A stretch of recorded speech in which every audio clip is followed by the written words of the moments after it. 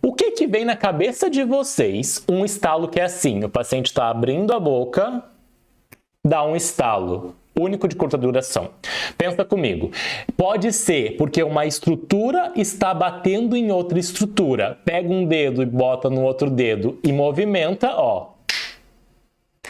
Dá estalo articular.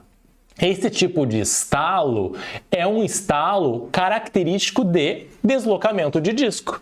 E aí a gente tem um diagnóstico, um nome para essa doença, que é deslocamento de disco para anterior com redução.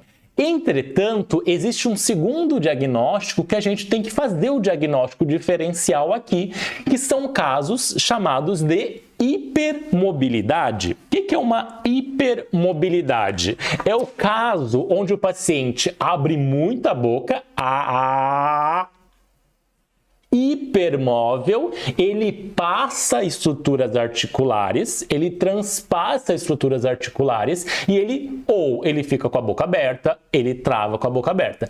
E nessa hipermobilidade, no final da abertura, tem um estalo único de curta duração.